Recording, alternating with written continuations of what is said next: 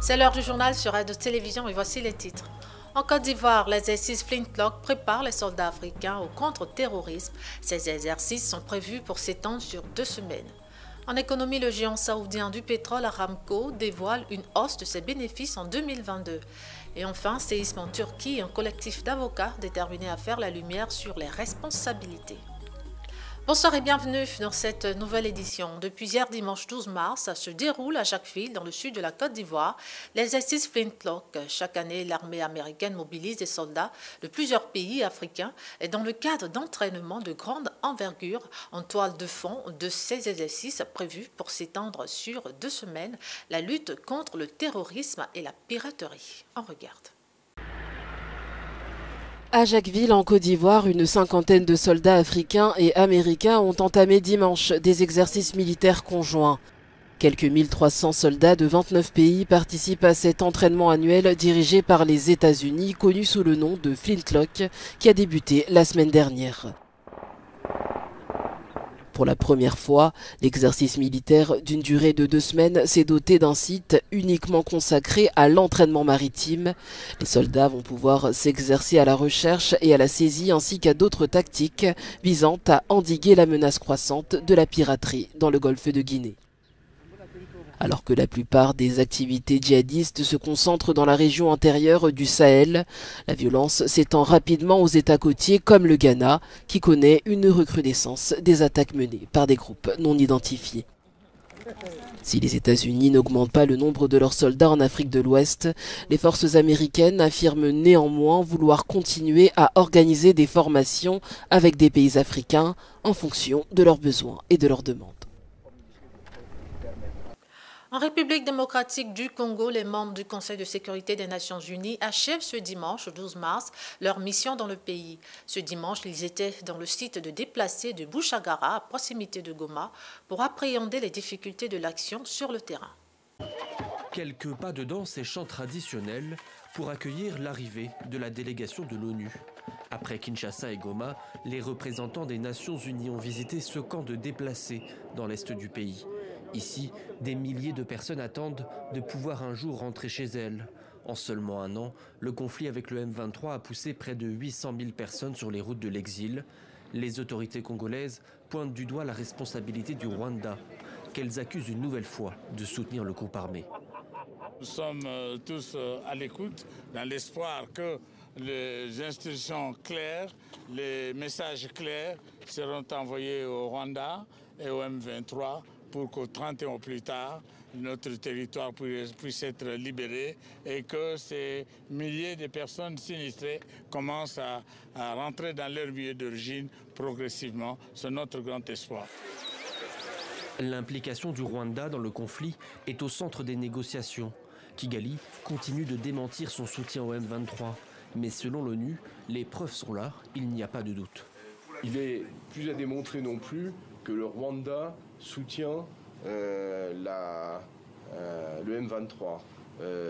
Il est d'autre part clairement établi aussi qu'il y a des incursions de l'armée régulière rwandaise dans le Nord Kivu et que cela aussi est inacceptable. Donc ça fait partie des sujets dont il faut discuter, il faut que ça cesse. Pour le moment, toutes les négociations de paix ont échoué. Un cessez-le-feu avait bien été négocié avec la médiation de l'Angola, mais il a été rompu mardi, le jour même où il devait entrer en vigueur. Après 3 jours en RDC, la visite de la délégation de l'ONU touche donc à sa fin, et faute d'accord sur le terrain, les combats continuent. Au Sénégal, non à un éventuel 3e mandat de Macky Sall. Ce samedi à Paris, les partisans de l'opposant Ousmane Sonko sont descendus dans la rue pour dénoncer les velléités de l'actuel chef d'État sénégalais de briguer un 3e mandat en 2024. Des précisions dans ce reportage. À Paris, des membres de la diaspora sénégalaise ont manifesté ce samedi à l'appel du parti de l'opposant Ousmane Sonko. Les patriotes africains du Sénégal pour le travail, l'éthique et la fraternité, aussi appelé le PASTEF. Ces manifestants veulent à tout prix empêcher Macky Sall de briguer un 3e mandat au Sénégal. Parce que le Sénégal, comme peut-être tout le monde le sait, est un pays en tout cas qui n'a pas pris la même trajectoire que d'autres pays en Afrique. C'est un pays en tout cas qui a montré à la face du monde que c'est un pays démocratique qui a choisi la démocratie comme concept, où il y a eu 2 alternances politiques.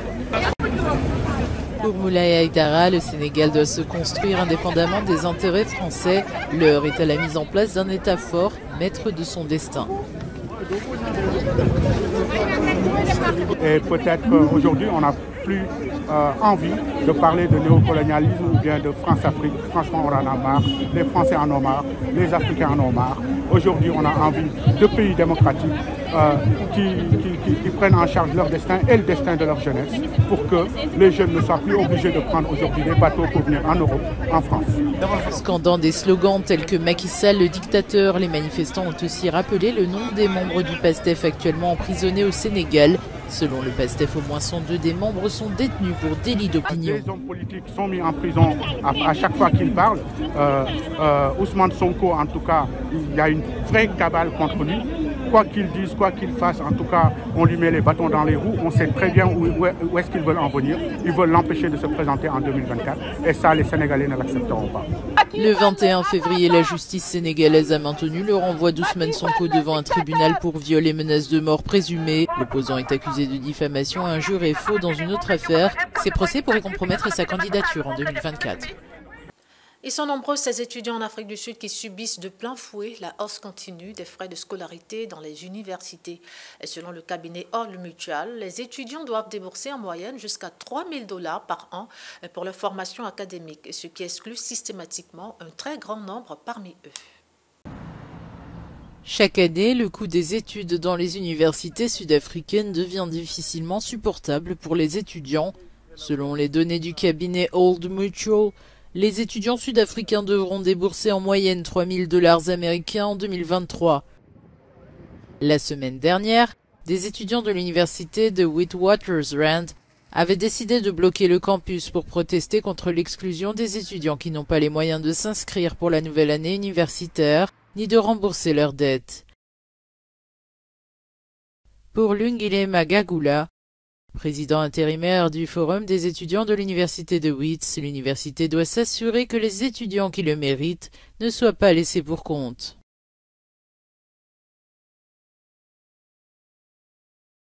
Notre problème, c'est que les étudiants ne peuvent pas s'inscrire pour des raisons financières. La plupart des étudiants qui ne peuvent pas s'inscrire sont méritants sur le plan académique, mais ils ne peuvent pas le faire pour des raisons financières. C'est l'une de nos principales revendications. Cette semaine, certains étudiants de l'université de Wits ont été vus alors qu'ils dormaient sur la voie publique faute d'hébergement. Onkokame Sipamor, étudiant en dernière année de droit, affirme que l'obtention d'une aide financière pour le logement continue d'être un combat chaque année.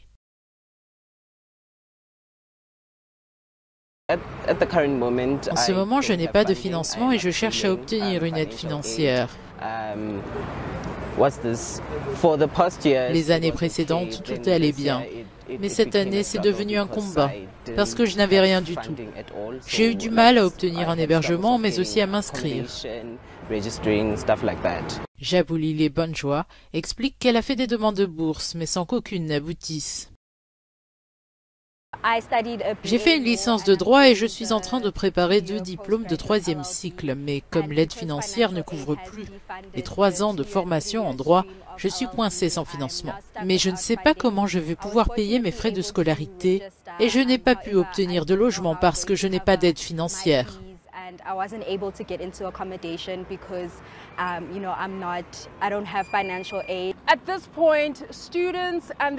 À l'heure actuelle, les étudiants et la direction de l'université de Wits sont toujours en pleine négociation.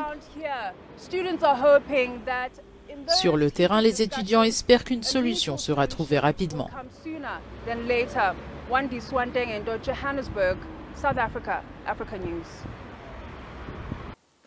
En Turquie, plus d'1 mois après le tremblement de terre du 6 février, des avocats ont décidé de se donner les moyens de rendre justice aux quelques 47 975 victimes.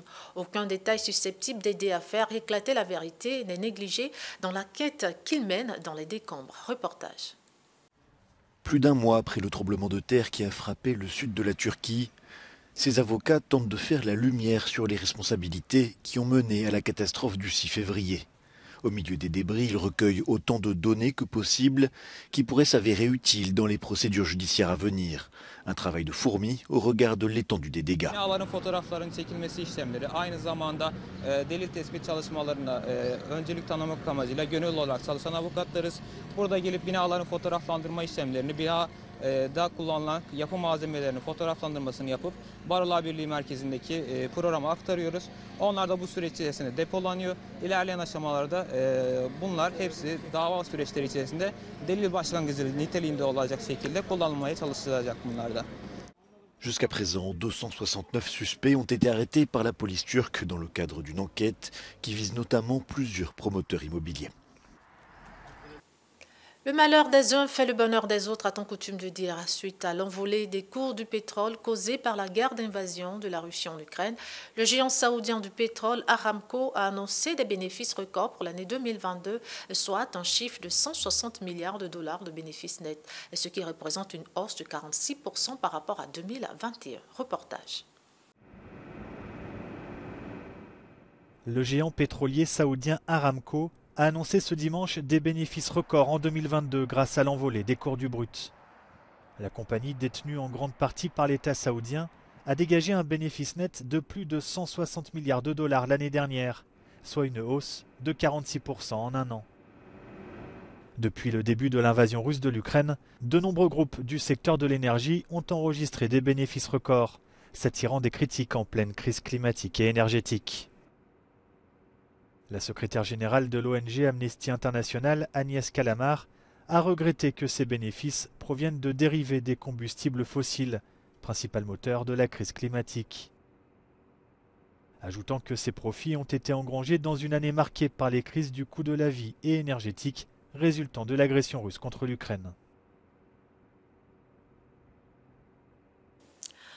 En Côte d'Ivoire, toujours, après la série de distinctions de plusieurs acteurs qui ont contribué à la consolidation de ces métiers, et quelques-uns se sont exprimés à notre micro. Merci de monter avec toutes ces envolées. On va l'applaudir très fort, s'il vous plaît. La vie en rose, chantée également par Louis Armstrong. Nous allons à présent remettre le prix Serge Majolet de la promotion de la femme. Nous allons appeler M. Achille Kouassi, qui va venir. Le musée des cultures contemporaines Adama Tonkara d'Abobo a abrité une conférence publique le samedi 11 mars 2023. Au cours de celle-ci, les femmes ont été entretenues sur leurs droits et devoirs par le Conseil de droits de l'homme de Côte d'Ivoire. Suivez les détails avec Mesmer Yao. La promotion des droits de la femme en Côte d'Ivoire était l'objet d'une conférence publique le samedi 11 mars 2023 au musée Adama Tonkara. Animée par la Commission nationale des droits de l'homme de Côte d'Ivoire, environ 500 femmes de la commune d'Abobo ont eu l'occasion de mieux comprendre leurs droits et comment participer à leur préservation. Nous avons dit que la spécificité de la FAMA, avec des femmes qui sont aujourd'hui à leur première activité concernant les droits de l'homme, il fallait expliquer aux femmes l'importance de la vie associative dans la promotion des droits de la femme. Et ceci voudra bien les habituer à s'approprier les évolutions des thématiques liées aux droits de l'homme qui seront d'envergure internationale que nationale. Les participantes ont bien apprécié la tenue d'une telle conférence et s'engagent à être le relais auprès de leur communauté pour réduire les inégalités de droits ainsi que les violences basées sur le genre. Les femmes ne connaissent pas, si on peut dire, leurs droits. Elles sont à la maison, bien vrai qu'elles sont mères, elles sont ménagères, mais en dehors de cela, elles ne connaissent pas leurs droits. Le droit dans le travail, le droit de la sécurité, le droit de la protection, si on peut dire. Parce qu'autour de moi, je vois beaucoup de femmes qui sont maltraitées, que ce soit verbalement comme physiquement. Des femmes même qui sont battues, mais elles ne savent pas où se tourner. Les initiateurs ont décidé de poursuivre la promotion des droits des femmes à travers des actions de proximité et contribuer à une égalité de droits entre hommes et femmes. Dans l'actualité sportive de ce journal, on se rend à Dakar au Sénégal où avait lieu ce dimanche une confrontation entre l'AS Monastir de Tunisie et le stade malien de Bamako dans le cadre de la Basketball Africa League. Les Tunisiens champions en titre ont su maîtriser les débats en battant leurs adversaires 78 à 68. Le point dans cet élément. Championne en titre, l'US Monastir n'a pas failli pour ses grands débuts au tournoi de la conférence Sahara de la Basketball Africa League 2023 à Dakar au Sénégal. Les Tunisiens ont battu dimanche le stade malien de Bamako 78-68. Novices dans cette compétition, les Bamakois ont payé cash leur manque d'expérience. Je pense qu'ils étaient beaucoup plus expérimentés que nous, mais bon, on n'a pas à rougir de notre défaite. Et je pense que ce match-là, c'est vraiment une bonne leçon et ça va nous faire grandir. Une leçon, c'est également ce dont ont eu droit les Kwara Falcons du Nigeria, foudroyés par Rwanda Energy Group 64-48. La veille déjà, le représentant du Sénégal, l'AS Douane, avait chuté d'entrée 76-70 face aux Ivoiriens d'Abidjan Basket Club. Ainsi donc se referme ce bulletin d'information. Merci à vous de l'avoir suivi. Rendez-vous demain à la même heure. D'ici là, prenez bien soin de vous et surtout restez fidèles à A12 Télévision.